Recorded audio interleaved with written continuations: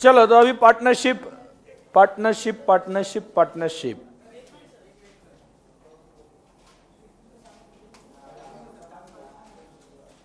क्या हुआ, 1 minute.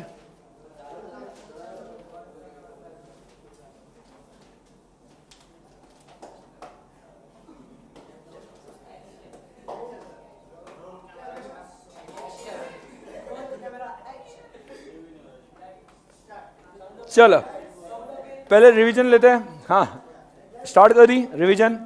Okay तो इंडियन पार्टनरशिप एक्ट 1932 उसमें हमने एलिमेंट्स ऑफ पार्टनरशिप पढ़ना स्टार्ट किया था। तो एलिमेंट्स ऑफ पार्टनरशिप में क्या है, 2 और मोर पर्सन। साथ में आएंगे, क्या करेंगे, एग्रीमेंट। एग्रीमेंट किस लिए, बिजनेस के लिए। बिजनेस से क्या, प्रॉफिट। प्रॉफिट क्या होगा, शेयर। तो ये बिजनेस कौन चलाएगा, एनी बाय ऑल पार्टनर्स और any one of them acting for all, या तो सभी या उनके बिहाफ में कोई एक। क्लियर। ओके उसके बाद में अभी यहां पे देखो 2 और मोर पर्संस में हमने क्या पढ़ा था, मिनिमम 2 पर्संस और मैक्सिमम कितने 50। उसके बाद में हमने देखा था ओके एग्रीमेंट। ओके कोई पर्सन स्टेटस से पार्टनर बन सकता है, नहीं। आपके घर में पार्टनर पैदा हो गया, ओके ऐसा नहीं होगा, ठीक है। तो कोई स्टेटस से, कोई जन्म से पार्टनर नहीं बनता, एग्रीमेंट ही करनी पड़ती है। उसके बाद में हमने देखा था बिजनेस। बिजनेस मतलब क्या, any activity carried to earn profit. तो इस वजह से एनपीओ के लिए कभी पार्टनरशिप नहीं होती है। आगे agreement to share profits share करने। अभी प्रॉफिट शेयर करना, is it conclusive evidence of partnership, no ये कंक्लूसिव एविडेंस नहीं, ये क्या है, प्राइमा फेसी। मतलब पार्टनरशिप करनी हो तो एग्रीमेंट इंपॉर्टेंट है, बाद में क्या शेयर ऑफ प्रॉफिट इंपॉर्टेंट है, और म्यूचुअल एजेंसी भी इंपॉर्टेंट है। बट एग्रीमेंट जो है वो पार्टनरशिप छोड़ के और जगह पे भी होती है, और शेयर ऑफ प्रॉफिट भी और जगह पे। मतलब कहां पे, agreement sale of goods act, ये भी एग्रीमेंट ही है ना।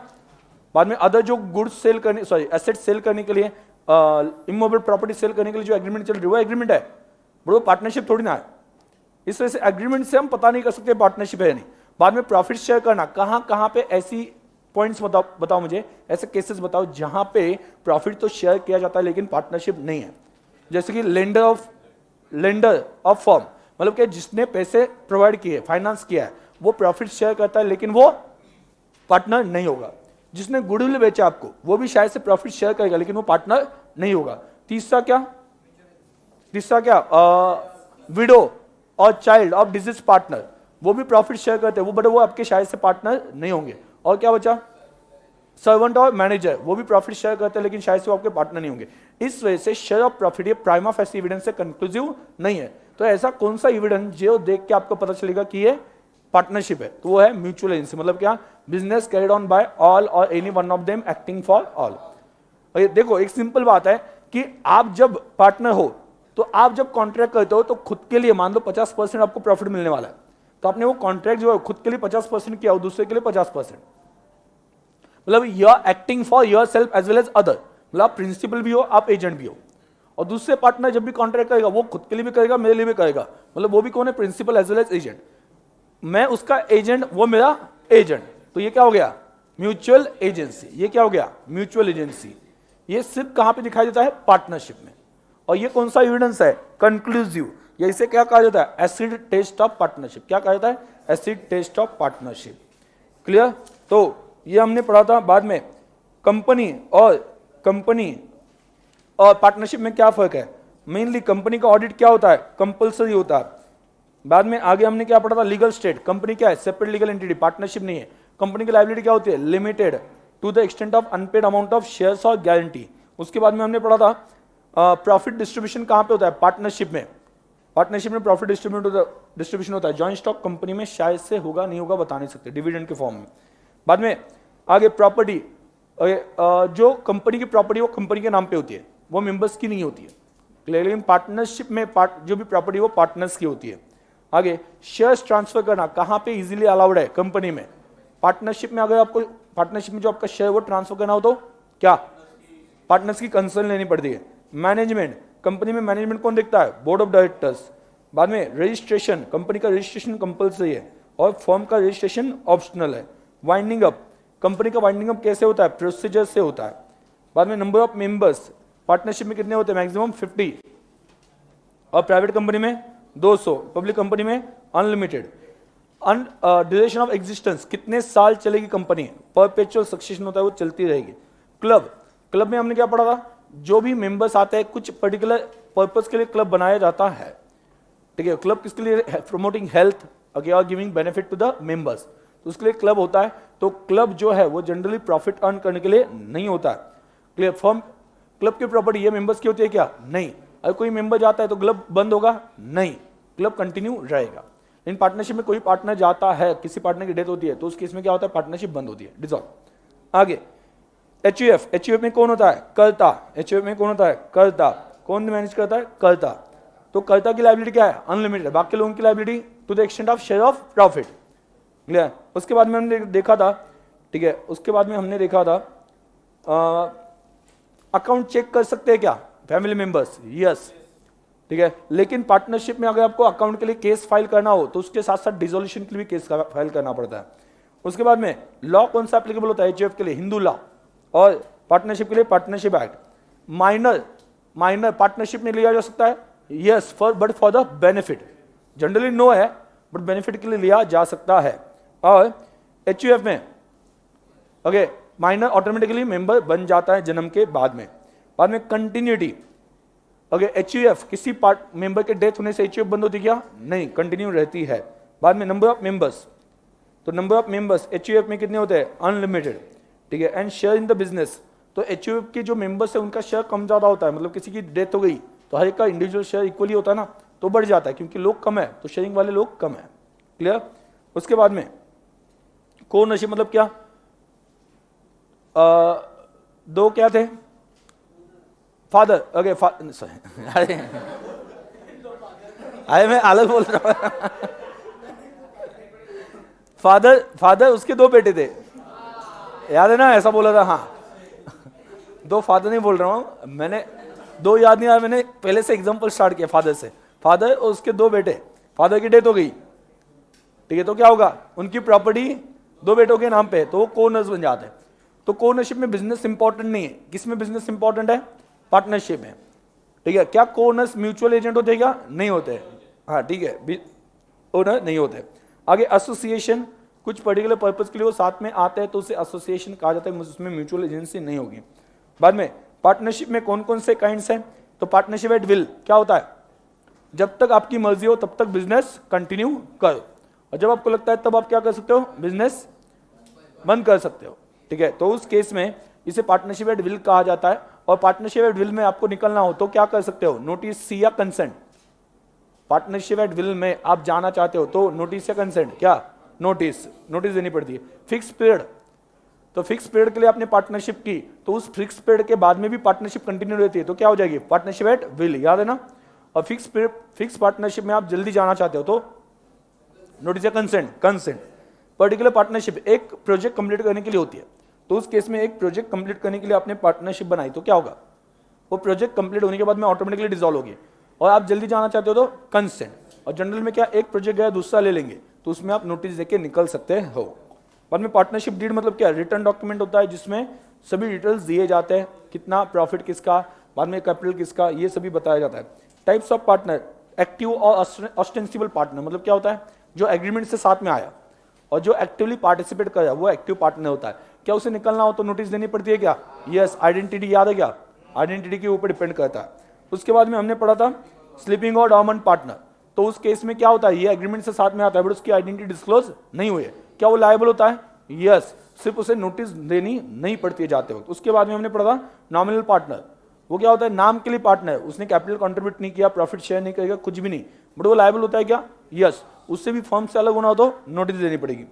आगे पार्टनर इन प्रॉफिट ओनली, ठीक है, तो सिर्फ प्रॉफिट शेयर करने के लिए वो पार्टनर है तो प्रॉफिट शेयर करेगा। आगे okay, incoming partner, outgoing partner, ये भी देखा था। पार्टनर बाय होल्डिंग आउट, क्या होता है partner by holding out, he by himself, okay, और बाय अदर पर्सन, ठीक है, represented as an partner of firm, then he is treated as partner by holding out, उसकी लायबिलिटी स्टार्ट हो जाती है even though is not partner. तो उसे जब भी पार्टनर मतलब क्या फर्म से अलग होना हो तो क्या करना पड़ेगा, नोटिस देनी पड़ेगी, राइट, नोटिस देनी पड़ेगी। ये था यूनिट 1। उसके बाद में हमने देखा था यूनिट 3, राइट, रजिस्ट्रेशन। क्या रजिस्ट्रेशन कंपलसरी है, कंपलसरी है, ऑप्शनल है। बट ऑप्शनल है ऐसा बोला है, बट साथ में बोला है कि कुछ क्या लिमिटेशंस, कुछ क्या कह सकते हैं रिस्ट्रिक्शंस। तो वो रिस्ट्रिक्शंस कौन सा है? जो अनरजिस्टर्ड फर्म है वो थर्ड पार्टी के ऊपर केस कर सकती है, हाँ या ना? नहीं कर सकती। थर्ड पार्टी आपके ऊपर केस कर सकता है? यस। अगर पार्टनर केस कर सकता है? नहीं कर सकता। क्रिमिनल केसेस में कर सकता है? यस। ठीक है। सेट ऑफ कर सकते हो? सेट ऑफ कर सकते हो? नो। कब तक? 100 रुपए तक सेट ऑफ अलाउड है। तो ऐसी कौन कौन सी चीजें हैं जहां पे फर्म अनरजिस्टर्ड है तो भी कुछ फर्क नहीं पड़ता है? तो वो भी हमने पढ़ा था। ऑफिशियल रिसीवर, ऑफिशियल असाइनी को फर्क नहीं पड़ता है, अगर उसे अपॉइंट किया तो एसेट बेच के पेमेंट कर देगा। उससे अनरजिस्टर्ड फर्म है, उससे कुछ फर्क नहीं पड़ता है। आगे क्या पढ़ा था? सेट ऑफ करने के लिए 100 रुपए तक हो तो कुछ फर्क नहीं पड़ता है। क्रिमिनल केसेस में फर्क नहीं पड़ता है। फॉरेन फर्म हो तो उनको भी अनरजिस्टर्ड होने से कुछ फर्क नहीं पड़ता है। ठीक है। तो ये कुछ वहां पे है कि जिसकी वजह से फर्क बिल्कुल भी नहीं पड़ता है। बाद में अगर आप डिसोल्यूशन करना चाहते हो तो उसके लिए केस करना चाहते हो, डिसोल्यूशन के लिए फाइल करना चाहते हो तो वहां पे भी आपको अनरजिस्टर्ड होने से कुछ फर्क नहीं पड़ता है। आपको लगता है कि पहले रजिस्ट्रेशन नहीं किया और बाद में लगता है रजिस्ट्रेशन करना चाहिए केस करने से पहले, कर सकते हो क्या? यस, ये कभी भी कर सकते हो।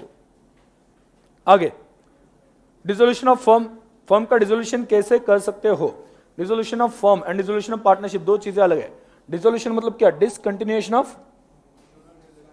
डिसकंटिन्यूएशन ऑफ बोलो ज्यूरल रिलेशनशिप, मतलब क्या? Legal relationship. जब लीगल रिलेशनशिप डिसकंटिन्यू होता है तो उसे कहा जाता है डिसोल्यूशन, इससे कहा जाता है डिसोल्यूशन, राइट? तो अभी यहां पे देखना, डिसोल्यूशन ऑफ पार्टनरशिप उससे क्या होता है? डिसोल्यूशन ऑफ पार्टनरशिप उससे क्या होता है? Dissolution of partnership may not lead to dissolution of firm, but dissolution of firm always leads to dissolution of partnership. बराबर। रिटायरमेंट में क्या होता है? Dissolution of partnership, firm dissolve नहीं होती है, ठीक है, लेकिन डेथ होती है तो क्या होता है? फर्म ही डिसॉल्व होती है, तो पार्टनरशिप भी डिसॉल्व हो जाएगी। आगे डिसोल्यूशन बाय एग्रीमेंट, तो एग्रीमेंट से डिसोल्यूशन कर सकते हो, कंपल्सरी डिसोल्यूशन भी कर सकते हो। अगर इलीगल बिजनेस बन गया आपका, पहले लीगल था बाद में लॉ चेंज हो गया इस वजह से इलीगल ट्रीट किया गया, तो भी डिसोल्यूशन हो सकता है। कुछ कंटिंजेंसी, जैसे कि कौन कौन सी कंटिंजेंसी है जिसमें डिसोल्यूशन होता है? पहला, ठीक है, फिक्स पीरियड था खत्म हो गया, बाद में दूसरा फिक्स पीरियड के लिए बनी थी खत्म हो गया, कोई प्रोजेक्ट था वो भी खत्म हो गया, बाद में डेथ ऑफ पार्टनर, और बाद में क्या? इंसॉल्वेंसी, उसकी वजह से फर्म डिसॉल्व होती है। उसके बाद में अगर पार्टनरशिप एट विलो तो कैसे डिसोल्यूशन होगा? By notice. कैसे होगा? By notice.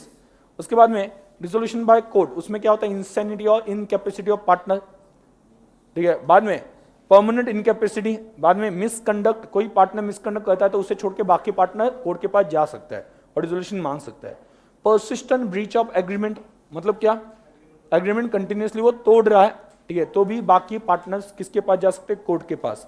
Transfer of interest, किसी एक पार्टनर ने खुद का जो शेयर था पार्टनरशिप में वो ट्रांसफर कर दिया विदाउट कंसेंट, तो बाकी पार्टनर्स किसके लिए जा सकते हैं? डिसोल्यूशन के लिए। परपेचुअल लॉसेस हो and just and equitable reason, जैसे डेडलॉक इन मैनेजमेंट, उसकी वजह से भी क्या हो सकता है कि डिसोल्यूशन वहां पे क्या कोर्ट की तरफ से ऑर्डर किया जा सकता है। बाद में डिसोल्यूशन होने के बाद में क्या क्या होता है? कंसिक्वेंसेस ऑफ डिसोल्यूशन, पहला, ठीक है, liability for acts of partner done after dissolution. पहली बात, डिसोल्यूशन हो गया और आपने नोटिस देनी चाहिए क्या? हाँ ना, नोटिस देनी चाहिए। नोटिस दी, उसके बाद में कोई पार्टनर कॉन्ट्रैक्ट करता है तो उसके लिए फर्म लायबल नहीं है, बट नोटिस नहीं दी और कोई पार्टनर कॉन्ट्रैक्ट करता है तो लायबल है, सुना? तो लायबल है, ये हमने पढ़ा था।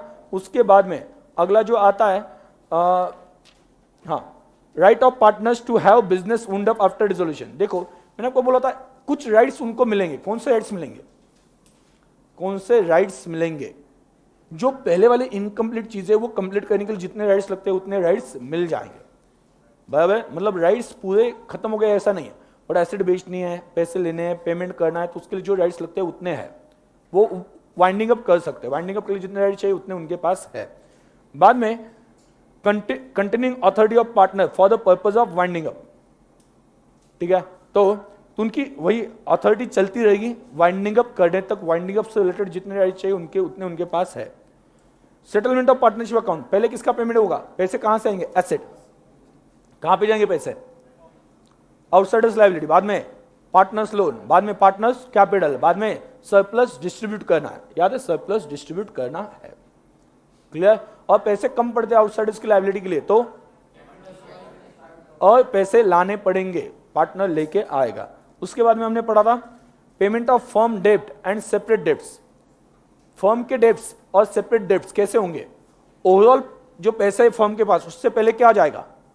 फर्म के डेब्ट्स, और बाद में अगर सरप्लस बचता है तो उसका शेयर निकाला जाएगा एक पार्टनर का, उस पार्टनर के शेयर से पर्सनल डेब्ट्स पे होंगे। याद है? ठीक है। ओवरऑल जो फर्म का डेब्ट है तो वो ओवरऑल अमाउंट से जाएगा, पहले जाएगा, और बाद में अगर उस पार्टनर का पर्सनल शेयर आता है, प्रॉफिट आता है, तो उसमें से पर्सनल डेब्ट्स क्लियर किए जाएंगे उसके बाद में। Personal profit earn after dissolution, dissolution के बाद में कुछ पर्सनल प्रॉफिट्स आपने कमाए डिसोल्यूशन के बाद में, तो डिसोल्यूशन के बाद में पर्सनल प्रॉफिट कमाए तो बाकी पार्टनर्स उसके ऊपर क्लेम कर सकते हैं क्या? यस। याद है कि ऐसा एक एग्जांपल था, lease expiring after the death of partner. Lease expire हो गई, ओके, उसे रिन्यू किया, ओके, और बाकी पार्टनर्स पैसे कमा रहे, तो जिसकी डेथ हो गई उसके जो रिप्रेजेंटेटिव वो पैसे मांग सकते हैं क्या? यस। उसके बाद में हमने पढ़ा था return of premium on pre mature dissolution. Pre mature dissolution में रिटर्न ऑफ प्रीमियम मतलब क्या? जो एक्स्ट्रा पैसे दिए थे, फिक्स पार्टनरशिप थी और वो फिक्स पार्टनरशिप टाइम से पहले ही डिसॉल्व हो गई, तो जो हमने गुडविल दिया था वो पैसे वापस मांग सकते हैं क्या? तो डिपेंड, एग्रीमेंट में लिखा हो तो मांग सकते हैं, अगर एग्रीमेंट में कोई प्रोविजन नहीं है तो मांग नहीं सकते हो। और कौन कौन से केस में नहीं मांगोगे? और कौन से केस में नहीं मांगोगे? हाँ, और कौन से केस में? डेथ की वजह से हो गया, बाद में किसकी वजह से हो गया? Misconduct of the person who paid premium, उसकी गलती की वजह से हो गया। तीसरा, एग्रीमेंट में कोई भी टर्म्स नहीं है रिटर्न के, तो आपको पैसे वापस नहीं मिलेंगे। ठीक है। उसके बाद में हमने पढ़ा था हाँ, sale of goodwill after dissolution. Dissolution के बाद में सेल ऑफ गुडविल का क्या होगा? डिसोल्यूशन के बाद में सेल ऑफ गुडविल का क्या होगा? ठीक है। तो गुडविल सभी पार्टनर मिलकर बेच सकते हैं। ठीक है। अगर कोई एक पार्टनर चाहता है कि उसी नाम से बिजनेस किया जाए तो वो नहीं कर सकता, लेकिन करने के लिए क्या बाकी लोगों ने परमिशन दे दी तो चलेगा। मतलब बाकी पार्टनर गुडविल के नाम से, उस गुडविल के नाम पे एक कोई बिजनेस स्टार्ट करे तो अलाउ नहीं करेंगे। ठीक है। ये सभी हमने पढ़ा था। हाँ, पब्लिक नोटिस का बाकी है। पब्लिक नोटिस कब कब देनी पड़ती है? रिटायरमेंट, बाद में वहां पे क्या है? डेथ, ओके, बाद में वहां पे क्या? डिसोल्यूशन, उस केस में देनी पड़ती है। तो कहां पे देनी है? पहले तो रजिस्ट्रार को देनी है, और बाद में क्या? ऑफिशियल गैजेट में देनी है। उसके बाद में वर्नेकुलर लैंग्वेज वाला न्यूज़पेपर जो कहां पे डिस्ट्रीब्यूट होता है? डिस्ट्रिक्ट में, जहां पे आपका ऑफिस है वहां पे डिस्ट्रीब्यूट होता है, वहां पे दे दो। क्लियर? कोई डाउट है? नो? पक्का? समझा मतलब रिवाइज अच्छे से हुआ, समझ में आ गया क्या क्या चल रहा है? सभी पॉइंट्स मैं पेज वाइज देख रहा था क्या क्या पॉइंट्स है। क्लियर?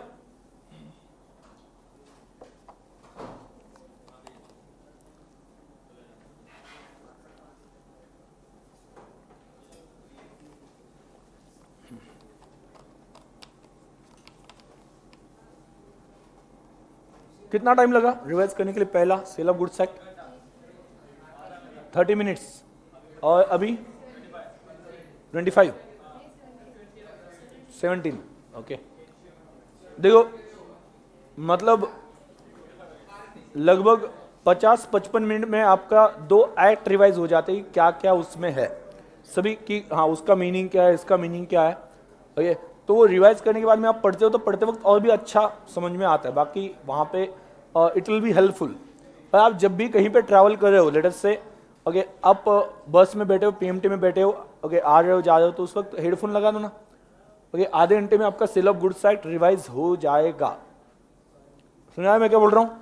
ठीक है। तो ये फॉलो करना, जितना आपके दिमाग में वो कंसेप्ट बैठेंगे उतना लिखते वक्त आपको स्पीड आएगा, लिखते वक्त कोई कंफ्यूजन नहीं होगा।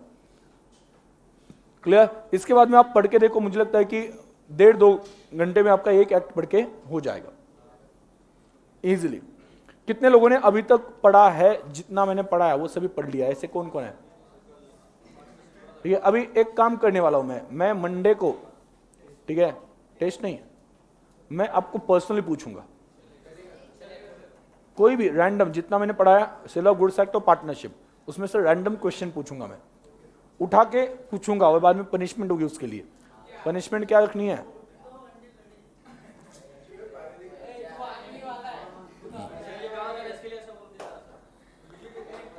तो कहना यह है कि ऐसी पढ़ाई करो कि कुछ भी पूछ लो उसमें से मुझे आता है, मुझे याद है। अभी मैंने पढ़ा है, रिवाइज भी कर दिया, आपके पास क्या है, अभी रिवीजन रिकॉर्ड भी किया आपने, ठीक है। अभी और एक दो बार पढ़ लोगे तो ऑटोमेटिकली वो दिमाग में फिट बैठ जाएगा कि हाँ इसमें ये था, ये चीजें सब कुछ कवर हो जाएगी, ठीक है। So take it seriously, clear. Law पूरा याद हो सकता है बाय हार्ट, जो बोलते हैं ना कि सब कुछ याद है, क्लियर, सब कुछ याद है, क्लियर। ऐसा हो सकता है, ट्राई तो करना, कोशिश तो करना, क्लियर। मतलब आपको, मुझे नहीं लगता कि रट्टा मारने की जरूरत है, ठीक है। पढ़ के देखो, सभी चीजें याद आने लगेगी, क्लियर। हाँ, लेकिन ये भी बात है कि आप सिर्फ एक बार ही समझ लेते हो तो वही चीज याद रहेगी, ऐसा नहीं है। कुछ आपको रिपीट, कुछ तो ट्राई करना पड़ेगा, क्लियर। फ्रैंकली अभी जो मैंने पढ़ा है वो याद आ रहा था कि हाँ ये पढ़ा था, ये बोला था, सब याद आ रहा था, ठीक है। सो मेन थिंग यही है कि आपको अगर याद आ रहा है तो आप सिर्फ उसे पॉलिश करो और उसे याद ही रख लो ना हमेशा के लिए, ठीक है। रट्टा मारना कब कहते हैं, जब आपको समझ में नहीं आया और आप याद कर दो तो रट्टा हो गया। अगर आपको समझ में आ गया और बाद में रिवाइज करो, वो कभी रट्टा नहीं होता है। रट्टा मतलब पता है ना क्या होता है, समझ में कुछ नहीं आया, ओके, और सिर्फ याद करो, ठीक है, वो रट्टा होता है। और आपको समझ में आया और आप याद करो, उससे ज्यादा परफेक्शन कुछ नहीं हो सकता। क्यों? क्योंकि इन केस क्वेश्चन थोड़ा बहुत चेंज हो गया तो भी आपको समझ में आ जाए। क्यों? क्योंकि कंसेप्ट आपने समझा हुआ है, ठीक है, समझ में आ गया। मतलब कुछ स्टूडेंट्स वहां पे कुछ स्टूडेंट को ऐसा लग सकता है मैं याद करने के लिए बोल रहा हूं, दैट इज डिफरेंट, रट्टा इज डिफरेंट, ठीक है। समझ के आप अगर रिवाइज करो तो उसे रट्टा नहीं कहा जा सकता, या उसे हम कह नहीं सकते ऐसा, ठीक है। सो अच्छे से ऐसा होना चाहिए कि मुझे सब कुछ याद है, कुछ भी पूछ लो, इसका मीनिंग क्या है, इसके नीचे क्या कंडीशंस थे, सब कुछ याद है, ओके, ऐसा होना ही चाहिए। अभी आ जाओ यूनिट 2 पे। यूनिट 2 रिलेशंस, हाँ अच्छे पॉइंट पे आ गए अभी हम। हाँ,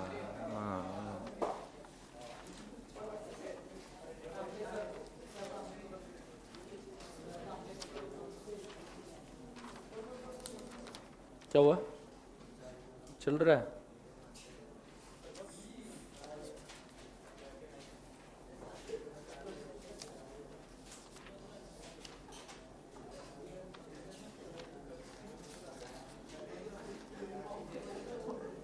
जान दो।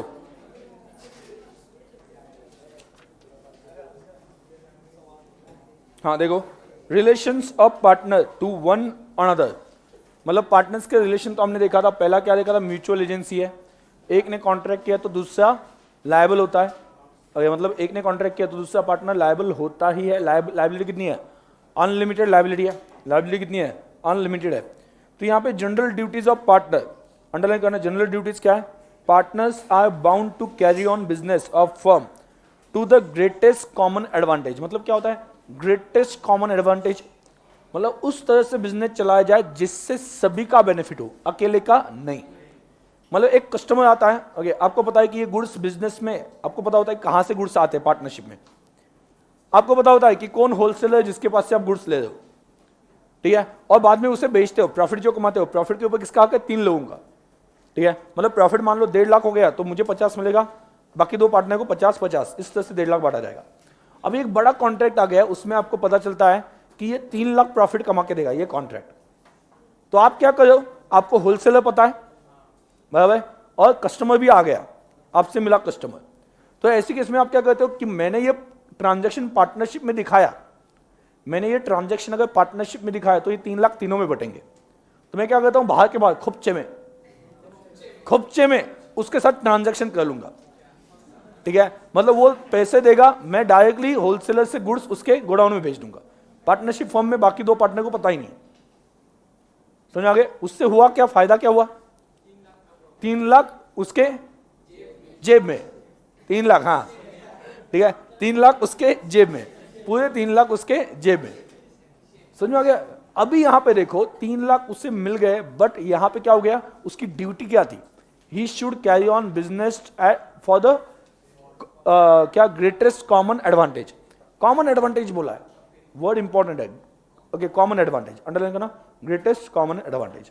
मतलब सभी के फायदे के लिए काम करना है जब आप पार्टनरशिप में होते हो। खुद के फायदे के लिए काम नहीं करना है, सिर्फ कॉमन एडवांटेज। और कॉमन एडवांटेज मतलब उसमें मेरा भी फायदा है, उसका भी फायदा है। समझ में आ गया? क्लियर? आपका एक एग्जांपल लेके चलो, ठीक है? आपका एक पर्टिकुलर पर्सन है, ओके, उसका शॉप है, आप उसके साथ पार्टनरशिप में ज्वाइन हो जाते हो, ठीक है? 2 लोग हैं। ऐसी केस में उसमें से जो ए एंड बी, ठीक है, जो दूसरा बी है, वो हम उसका नाम क्या कह सकते हैं?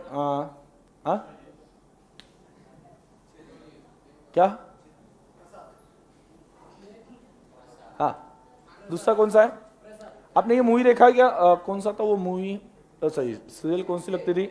सब पे एक सीरियल लगती थी, उसमें वो एलिजा टेलर दिखा है, कौन सा था? नहीं क्या? मामा एलिजा टेलर, वो कौन सा सब पे एक आती थी सीरियल 2-3 साल पहले? क्या? नहीं, किसी को पता नहीं? हाँ, उसमें क्या हो गया?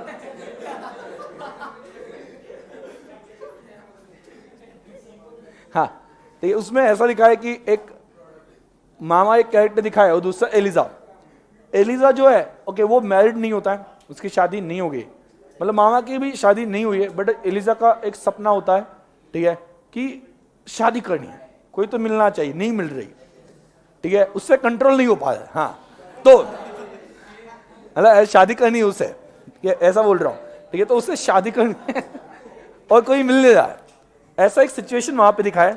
तो अभी वो कैसे दिखाए, वो कैरेक्टर कैसे दिखाए? वो दोनों मिलकर किराना शॉप स्टार्ट करते हैं, किराना मतलब वो ग्रोसरी का शॉप वहां पे स्टार्ट करते हैं, ठीक है? तो ग्रोसरी का शॉप स्टार्ट करते हैं। अभी वहां पे वो जो एलिजा है, वो एलिजा कैसे दिखाए?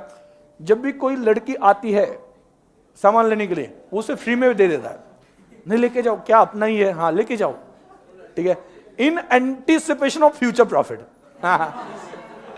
तो इसका कुछ फायदा होगा फ्यूचर में, इस वजह से वो फ्री में दे देता है। समझ में आ गया? अभी इस केस में पार्टनर है तो डिसीजन ले सकता है, नो डाउट, पार्टनर है तो डिसीजन ले सकता है, बट उसने डिसीजन, उसकी ड्यूटी क्या थी? ऐसा डिसीजन होना चाहिए जो कॉमन एडवांटेज, अभी उसका एडवांटेज हो रहा है या हो सकता है, लेकिन कॉमन एडवांटेज है कि नहीं? है कि नहीं? नहीं है। तो ऐसी केस में उसने उसकी ड्यूटीज पूरी की क्या? नहीं की। समझ आ गया? तो ऐसा कोई पार्टनर हो जिसका ऐसा हो, जब भी कोई लड़की देखूं मेरा दिल दीवाना बोले ओले ओले ओले, ऐसा कोई पार्टनर हो तो उसके साथ पार्टनरशिप में मत जाओ, यार कुछ भी हो गया, हवा हवा हवा हवा, हाँ, ठीक है? तो ऐसा पार्टनर होता है तो उसके साथ पार्टनरशिप में मत जाओ, क्योंकि वो कॉमन एडवांटेज, वो खुद का एडवांटेज देखेगा, कॉमन एडवांटेज नहीं देखेगा। ठीक है, समझ में आ गया? क्लियर? तो वहां पे आपकी ड्यूटी है कॉमन एडवांटेज देखना है सबसे पहले। क्लियर? ये सिंपल है। ओके, उसके बाद में आगे अंडरलाइन किया ये वर्ड, और दूसरा क्या? ये common advantage, to be just and faithful, ठीक है, फेथफुल रहना चाहिए, ठीक है, फेथफुल मतलब हाँ, मतलब कोई फ्रॉड नहीं करना है, ऐसा। ओके, तो आगे, and to render true accounts and full information, to render full true accounts and full information of all things affecting the firm. तो क्या क्या चीजें फॉलो करनी है? कॉमन एडवांटेज, दूसरा क्या? जस्ट एंड फेथफुल रहना है, और रेंडर फुल इंफॉर्मेशन। क्लियर? आगे उसका एग्जाम्पल दिया मैंने आपको, एग्जाम्पल ऑलरेडी बता दिया। बाद में सेकंड देखो, duty to indemnify for loss cause by fraud. तो किसी के फ्रॉड की वजह से नुकसान होता है तो उसके लिए कौन रिस्पॉन्सिबल है? वही पार्टनर जिसकी वजह से लॉस हो गया। हमने आगे देख भी लिया था कल के लेक्चर में कि किसी के फ्रॉड की वजह से अगर मतलब डिसोल्यूशन होता है तो उसका शेयर जो होता है, सॉरी, उस शेयर में से पैसे कट किए जा सकते जितना फर्म को नुकसान हो गया। तो यहां पे एवरी पार्टनर शैल इंडेमनीफाई, इंडेमनीफाई मतलब क्या?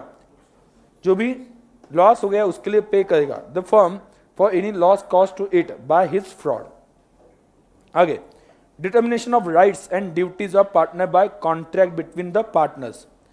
Determination of rights and duties, देखो राइट्स एंड ड्यूटीज आप आपस में डिसाइड कर सकते हो, अपनी मर्जी से, दोनों की मर्जी से, याद है ना, जो भी राइट्स एंड ड्यूटीज है वो डिसाइड हो सकती है।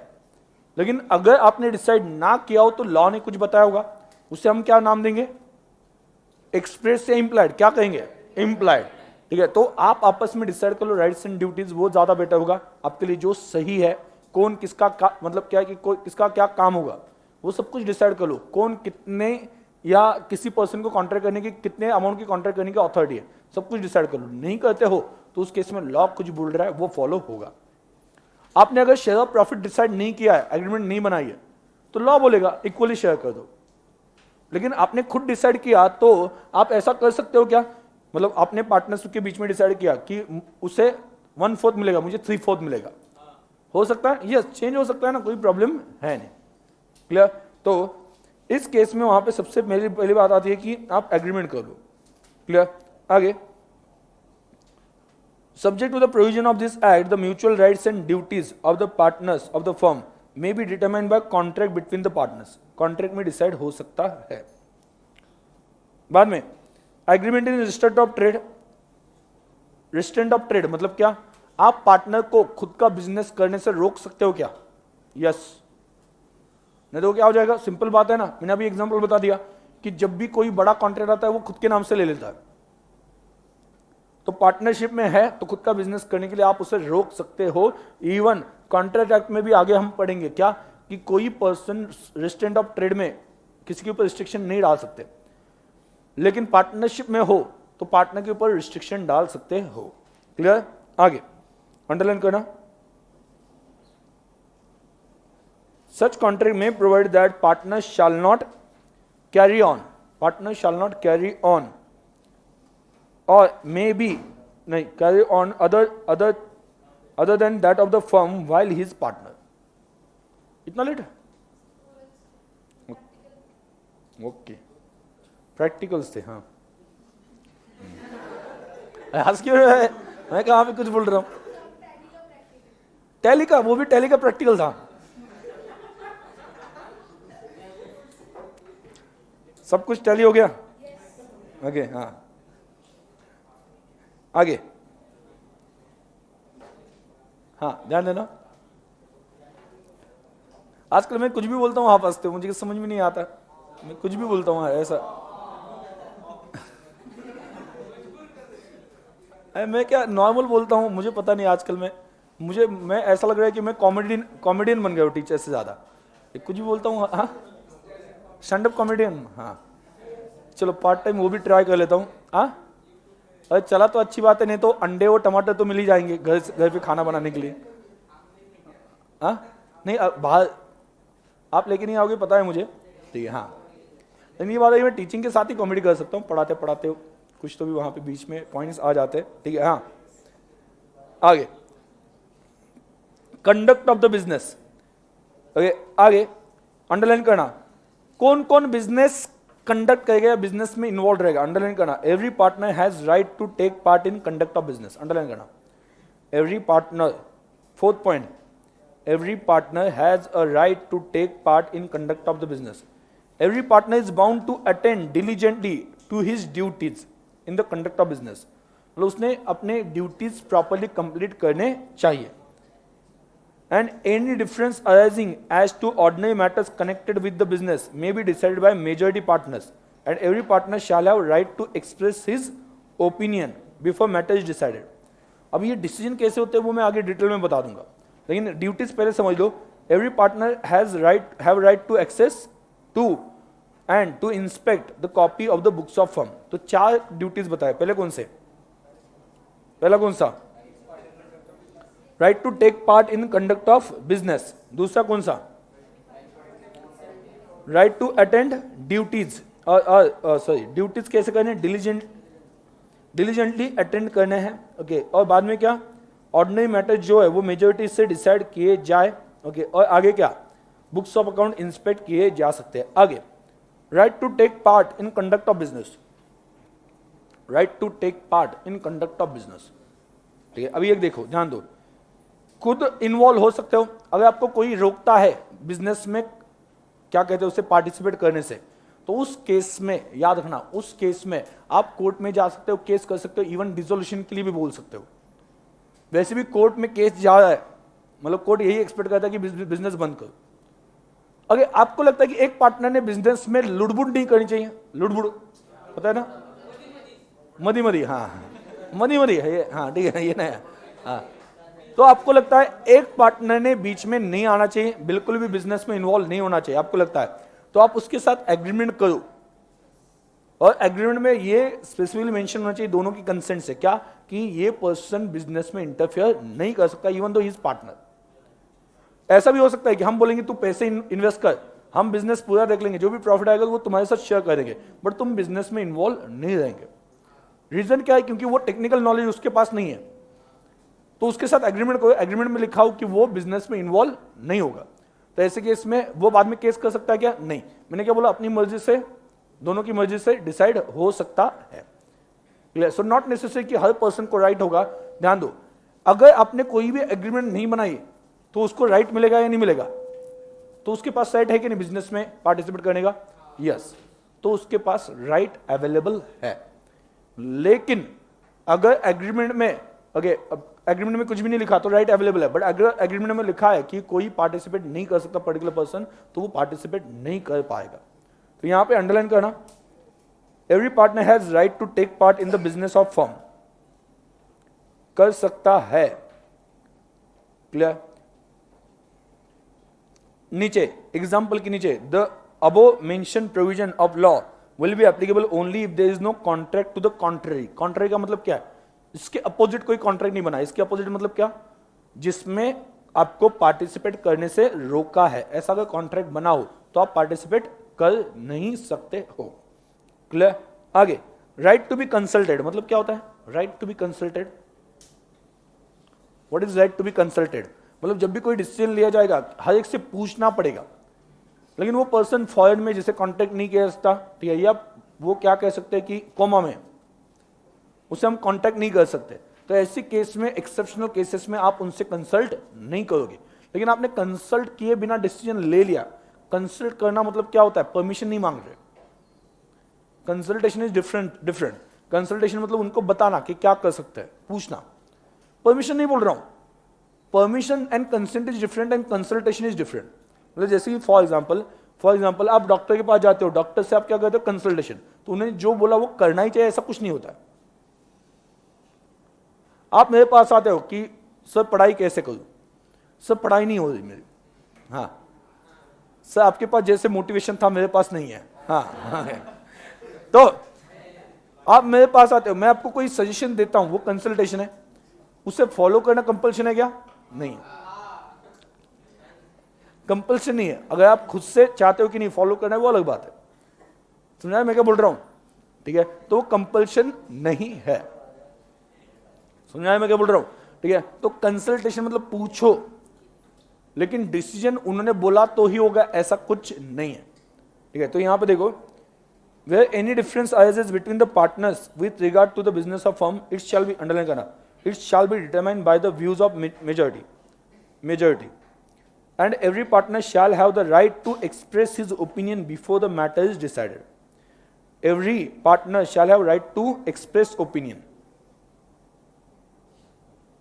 ठीक है, अभी यहां पे देखो, एक लिख लेना कहीं पे तो अच्छे से ये प्रॉपर्ली, इसके बाद में 3,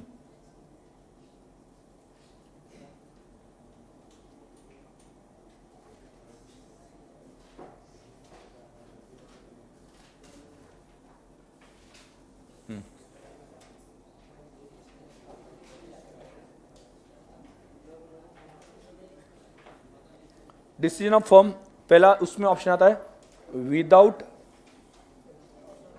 टेकिंग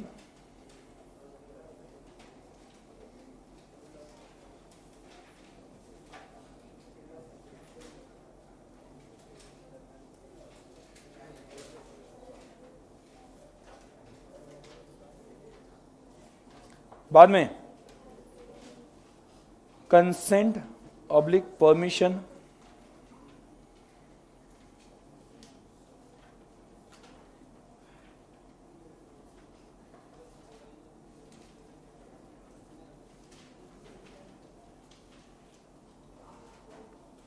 आगे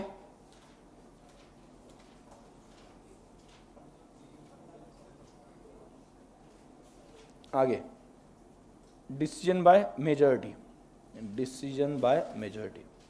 तो तीन चीजें, आप अकेले से डिसीजन ले सकते हो पार्टनरशिप का, दूसरा क्या अकेले से डिसीजन ले सकते हो, दूसरा क्या consent of all partners required हो, तीसरा क्या मेजॉरिटी। अकेले से कब ले सकते हो, अकेले से कब ले सकते हो, if decision is related to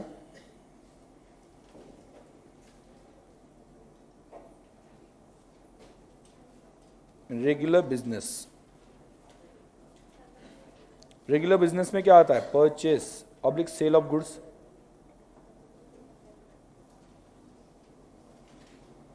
बाद में पेमेंट ऑफ स्टाफ, सैलरी मतलब एक्सपेंसेस हो गया, बाद में कह सकते हैं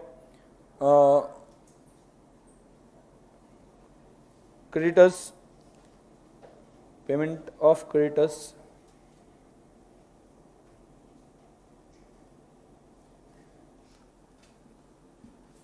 ठीक है। तो ये कुछ है, इसे क्या कहा जाता है, इसे कहा जाता है इम्प्लाइड अथॉरिटी, नोन एज, याद रखना, नोन एज इम्प्लाइड अथॉरिटी। मतलब क्या होता है ये नोन एज इम्प्लाइड अथॉरिटी, मतलब क्या, इम्प्लाइड अथॉरिटी क्या होती है, जो अथॉरिटी हर पार्टनर को किसने दी है, लॉ ने। अगर आपको लगता है कोई पार्टनर, एक ऐसा पार्टनर है जिसने पार्टिसिपेट बिल्कुल भी नहीं करना है, तो उसके लिए क्या करो, उसके लिए क्या करो, एग्रीमेंट बनाओ। क्या बनाओ, एग्रीमेंट। तो एग्रीमेंट बनाना पड़ेगा उसके साथ, known as implied authority, right, done, known as implied authority. आगे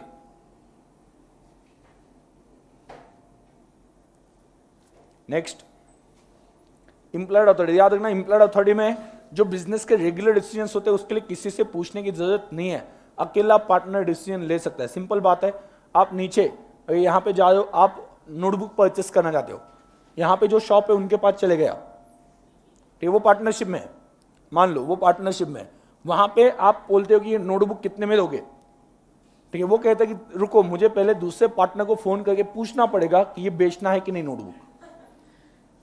ओके, रिफिल लेने गए तो रिफिल के वो बोलता है कि नहीं मुझे पहले पूछना पड़ेगा, अगर दूसरे पार्टनर ने हाँ बोला तो मैं बेचूंगा। समझाया मैं क्या बोल रहा हूं, ठीक है। बाद में वहां पे ओके कोई पर्सन, ओके इमीडिएट खर्चे, इमीडिएट खर्चे मतलब क्या कह सकते हैं कि एक उनके पास पार्सल आ गया, तो पार्सल रख रहा है वो बोलता है कि नहीं इसके 200 रुपए जो है वो ट्रांसपोर्टेशन कॉस्ट है, तब तक गुड्स नहीं दूंगा। तो 200 रुपए देने के लिए वो बाकी पार्टनर को फोन करके पूछ रहा है, जब तक बाकी पार्टनर हाँ नहीं बोलेंगे तब तक मैं पैसे नहीं दूंगा। अभी इस केस में प्रॉब्लम क्या होगा, ऐसा बिजनेस चल पाएगा क्या, पॉसिबल ही नहीं है। मतलब कुछ ऐसे राइट्स, कुछ ऐसे तो डिसीजंस होने चाहिए कि जो पार्टनर बिना किसी से पूछे लेगा। समझ मैं क्या बोल रहा हूं, बिना किसी से पूछे लेगा, तो ऐसे कुछ क्या होने चाहिए, डिसीजंस होने चाहिए। तो उसे वो किस में आते हैं, इम्प्लाइड अथॉरिटी में आते हैं। लॉ बोलता है कि जो रेगुलर बिजनेस चलाने के लिए जो भी खर्चे लगता है, जो भी होता है, ठीक है, तो वो सभी चीजों के लिए पार्टनर खुद डिसीजन ले सकता है, किसी से पूछने की जरूरत नहीं है। समझ में आया मैं क्या बोल रहा हूं, बिल्कुल भी पूछने की जरूरत नहीं है। ये समझ में आया इम्प्लाइड अथॉरिटी। लेकिन अगर वो रेगुलर बिजनेस से रिलेटेड ना हो, तो वहां पे रेगुलर बिजनेस से रिलेटेड ना हो, उसमें कुछ ऐसे पॉइंट है जहां पे सभी की परमिशन लगती है। वो कौन से, पहला कंसेंट ऑफ, इसे बोलते हैं यूनानिमस कंसेंट। क्या बोलते हैं, यूनानिमस कंसेंट, यूनानिमस कंसेंट। देखो अगर आपको सच में समझ में आ गया हो, आपने प्रॉपर्ली रिवाइज किया 3-4 बार, ठीक है, 3-4 बार आपने अगर रिवाइज किया, तो ऐसे केस में आपको वो इतना अच्छे से याद रहता। अभी मैंने 2 साल से लॉ नहीं पढ़ा है, और ऐसा भी कुछ नहीं कि आपके सामने जब मैं आता हूं तो पढ़ के आता हूं। आपने देखा हो मैं बुक यहीं पे रख के जाता हूं, यहां पे कुछ पढ़ा ही नहीं, मतलब डायरेक्टली आके मैं पढ़ाना स्टार्ट कर देता हूं। कब पढ़ाया था मैंने, 2 साल पहले। 2 साल में मैंने बिल्कुल लॉ पढ़ाया नहीं, ना पढ़ाया, और डायरेक्टली अभी पढ़ा रहा हूं, ठीक है। तो ये सभी चार्ट्स में कौन कौन से पॉइंट्स है, ठीक है, वो सभी लिख रहा हूं और सभी मतलब एक्सप्लेन कर रहा हूं। तो बेसिकली क्या है, आपको समझ में आ गया, और दूसरा आपने उसे कुछ बार 3-4 बार रिपीट कर दिया, तो वो हमेशा के लिए दिमाग में फिट हो जाता है। पहली बात अंडरस्टैंडिंग आती है और दूसरी बात क्या आ जाती है, रिवीजन। तो उससे ही पॉसिबल हो सकता है। तो दोनों चीजें साथ में होनी चाहिए। सिर्फ एक बात समझ में आ गया, बाद में उसे रिवाइज नहीं किया तो भी शायद से आपको याद नहीं रहेगा। तो दोनों का कॉम्बिनेशन होगा तो हमेशा के लिए याद हो जाएगा। तो इस वजह से मैं बोल रहा हूँ रिवाइज कर लो, ठीक है, 2-3 बार रिवाइज कर लो। ओके, आपको लॉ कोई टेंशन बचेगा ही नहीं। क्लियर, ठीक है। आगे यूनानिमस कंसेंट, उसमें क्या आता है, यूनानिमस कंसेंट कब लगता है? यूनानिमस कंसेंट याद है क्या? एडमिशन ऑफ पार्टनर, किसी पार्टनर को एडमिशन देना है। और क्या क्या था, कुछ याद है क्या? और क्या था दूसरा, क्या? एडमिशन ऑफ पार्टनर और transfer of share by partner.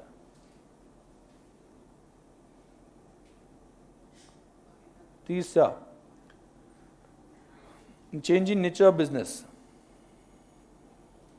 Business का आप जो बिजनेस कर रहे हो वही चेंज करो, नेचर ऑफ बिजनेस। सभी हाँ नहीं बोलेंगे तो वो नहीं होगा बिजनेस।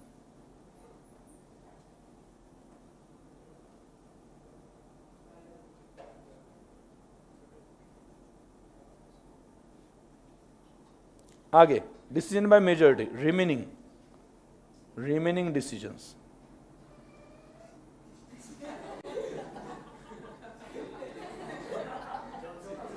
कौन है ये? क्या था वो? हाँ, फोन आया था तो ऐसा कैसा आवाज निकला? फोन किसका आया था?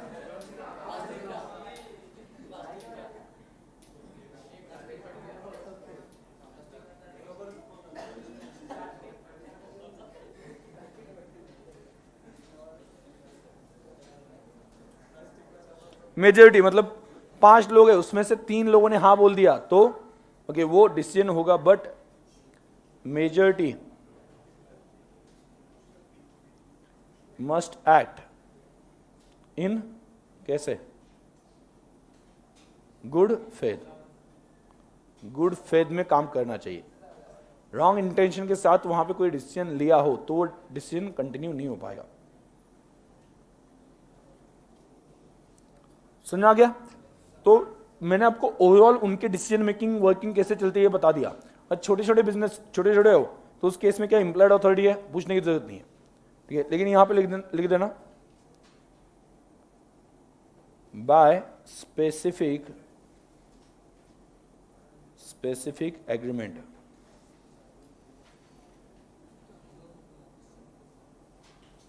वी कैन, हम क्या कर सकते हैं, वी कैन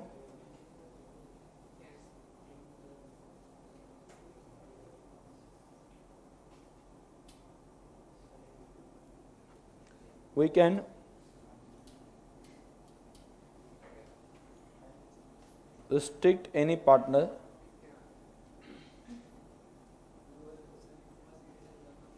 from किससे? restrict any from performing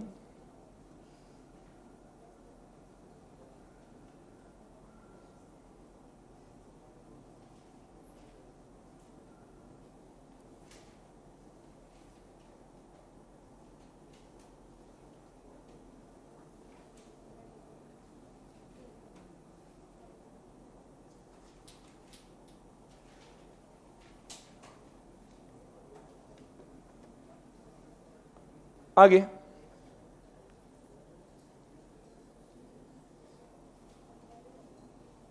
बाद में right of access to books, मतलब आप बुक्स एक्सेस कर सकते हो। यस, अंडरलाइन का एवरी पार्टनर वेदर एक्टिव और sleeping is entitled to have access to any books of account. और वो इंस्पेक्ट कर सकता है, लेकिन वो क्या होना चाहिए? बोनाफाइड, गुड फेथ में। मतलब यहां से इंफॉर्मेशन लेके किसी और को देनी है, किसी और कॉम्पिटिटर को देनी है, ऐसा ना हो। बोनाफाइड मतलब क्या? Good faith. Mutual rights and liabilities, तो उसमें क्या है? A partner is not entitled to receive remuneration for taking part in the conduct of business. उसे रेम्युनरेशन मिलेगा क्या? सैलरी मिलती है क्या पार्टनर को? नहीं। पार्टनर को क्या मिलता है? Profit share. आगे इंटरेस्ट ऑन कैपिटल मिलेगा उसे? नहीं। इंटरेस्ट ऑन कैपिटल भी वो मांग नहीं सकता जब तक डिसाइडेड ना हो। उसके बाद में अंडरलाइन करना, partner is not entitled to receive remuneration partners are entitled to share profits, where partner is entitled to interest on the capital subscribed by him. Much interest shall be payable only out of profit.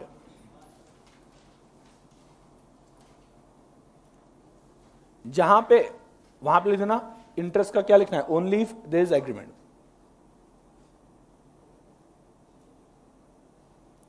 और यहां पे देखो interest on loan कितना मिलेगा, underline करना 6% per annum. मिला क्या D point में?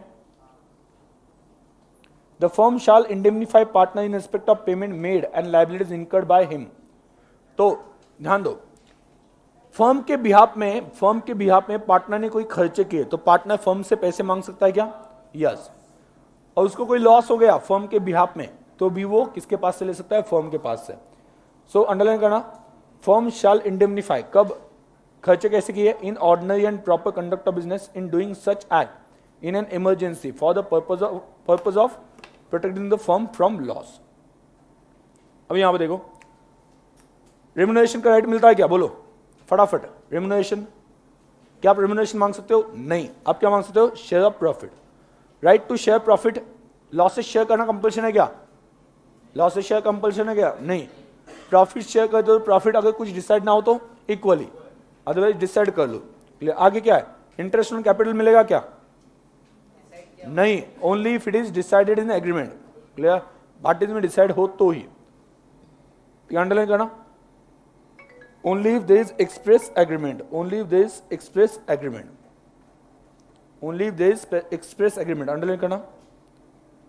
And any trade custom to that effect. मतलब जैसे कि फॉर एग्जाम्पल अभी तक जितने पार्टनर्स कैपिटल लाए उन सभी को इंटरेस्ट ऑन कैपिटल मिलता है. तो नया पार्टनर जो आया उसने जो कैपिटल दिया उसको मिलेगा क्या? कस्टम मतलब क्या? अभी तक की ट्रेडिशन है, मतलब क्या? परंपरा. ये अभी तक चलता है कि सभी पार्टनर को इंटरेस्ट मिलता है किसके ऊपर? कैपिटल के ऊपर. तो नया पार्टनर कैपिटल लेके आता है, उससे मिलेगा इंटरेस्ट? यस, उससे भी मिलेगा. आगे इंटरेस्ट ऑन एडवांसेस कितना मिलेगा? लोन्स एंड एडवांसेस जो पार्टनर है उसके ऊपर कितना? 6% per annum. Right to be indemnified, इसका मतलब क्या होता है? जो भी खर्चा किया या फर्म के बिहाफ में जो भी लॉसेस इनकर किया पार्टनर ने, तो उसका पैसा वो किसके पास से मांग सकता है? फर्म के पास से मांग सकता है. And right to indemnify the firm. तो फर्म को indemnify, right to indemnify the firm. A partner must indemnify the firm for any loss caused to it by willful neglect or conduct of the business of firm. हाँ, तो बोलो इसमें क्या क्या पढ़ा हमने? रेम्युनरेशन मांग सकता है? रेम्युनरेशन मांग सकता है? नहीं. शेयर ऑफ प्रॉफिट मांग सकता है? यस. कुछ डिसाइडेड ना हो तो कैसे? इक्वली. डिसाइडेड हो तो जो डिसाइडेड है उस तरह से. बाद में इंटरेस्ट ऑन कैपिटल मांग सकता है? नहीं. ठीक है, तभी मांग सकता है जब एक्सप्रेस इन एग्रीमेंट या it is custom of firm. उसके बाद में क्या है? इंटरेस्ट ऑन एडवांसेस मिलेगा? यस. कितना? 6%. उसके बाद में right to be indemnified. Right to be indemnified, तो उस केस में क्या? जो भी लॉस हो गया किसको? पार्टनर को. जो भी लॉस हो गया पार्टनर को, वो पार्टनर किसके पास से मांग सकता है? फर्म के पास से. क्लियर?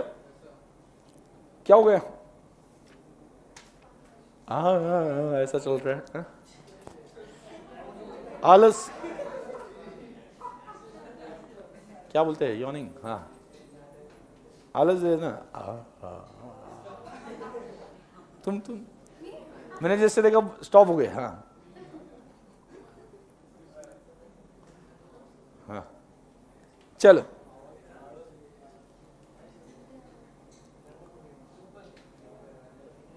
आलस का एक फैक्ट पता है क्या? मतलब अगर आप जब भी एक आलस देते हो तो उस केस में बाजू में कोई बैठा हो, ठीक है, हाँ, तो उसको ऐसा चिपक के आलस दे दो, ठीक है, वो 10 मिनट में ऑटोमेटिकली उसको भी आता ही है. ट्राई किया कि नहीं? ट्राई किया कि नहीं? हाँ, शायद से तुम उसके पास में बैठे इस वजह से हो रहा है ऐसा. हाँ, शायद से ऐसा हो सकता है. ट्राई करना. हाँ, 4 बजे सोता है. क्यों? रात के, दोपहर के?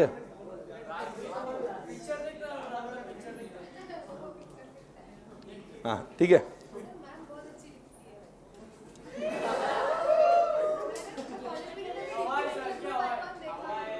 हाँ, ग्रुप आइकन भाई. हाँ, ओके. मैंने सोचा कि ये कहाँ से आ गया.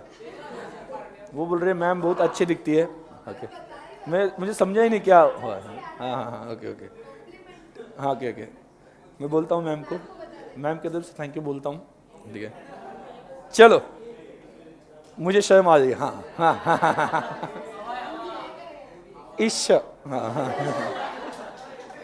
हाँ, ठीक है, आगे। चलो, हाँ घर पे जाके अभी मैम को काजल लगा दूंगा मैं, हाँ नजर ना लगे।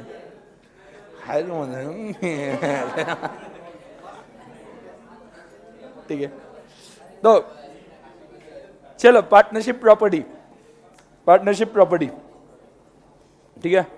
ब्रेक लेना है, लेना है, चलो लेके आते ब्रेक।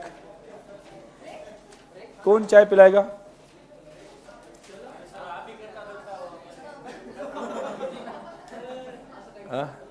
ये